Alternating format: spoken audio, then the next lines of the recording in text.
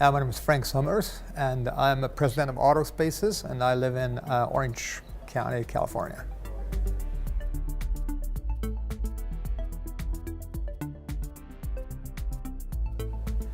Well, our company builds a financial services workflow application, and I guess the coolest thing about it is that I get to make the technical decisions, and I got to make those decisions early on when we started, and we chose actually Scala when it was in an earlier format. So what's cool about it is, I guess, is that we evolved along with the language itself and the whole ecosystem. And so we have seen it for many years now develop, and it has worked out really well for us.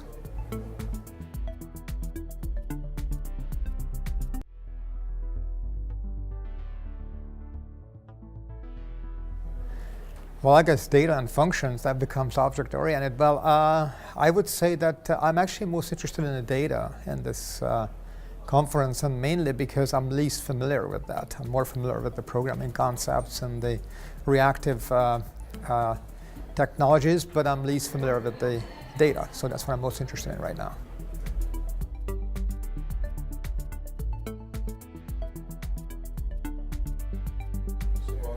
Well, that's what our whole talk is about, so come to the talk. And we're also working on a book with my friend Bill Venner on best, most effective Scala programming techniques. So in this conference, we shared 3 programming techniques with the audience that we think are best practices. And it's mainly about the fact that Scala is a very unopinionated language. So when you work on a Scala project, as a project lead or a manager, you have to decide which way to go, basically, with Scala. And so I would say the best practice is that have a project opinion, whether it's functional programming or whether it's a more object-oriented slant on Scala, and have an opinion and then stick with that opinion throughout the project, so your project becomes consistent.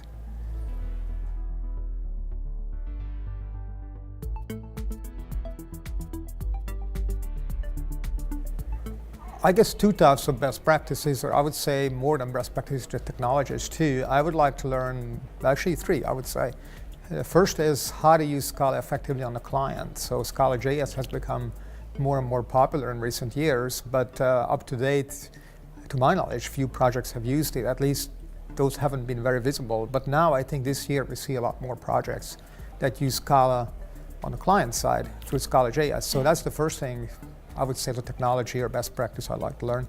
And then about big data also, in terms of how people use and what technologies they would use right now with Scala on big data.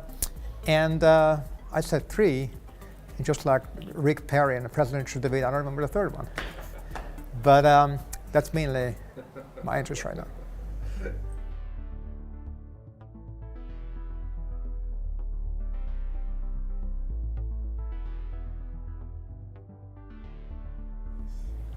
Well, again, I would make a comment that Scala is both functional and object-oriented. So you would ask the question also, how is object-oriented programming with Scala changing our lives? I would say it has changed my programming style very significantly. It made it more functional, more testable, more modular, more fun, both in terms of functional and also just fun, is the English word. And I made a lot of friends in the Scala community. I think that's also a really good positive aspect of it.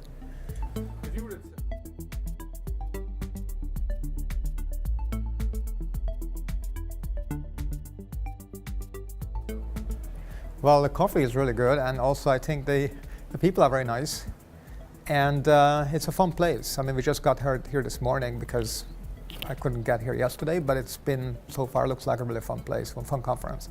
So I would tell them to come next time you have the conference.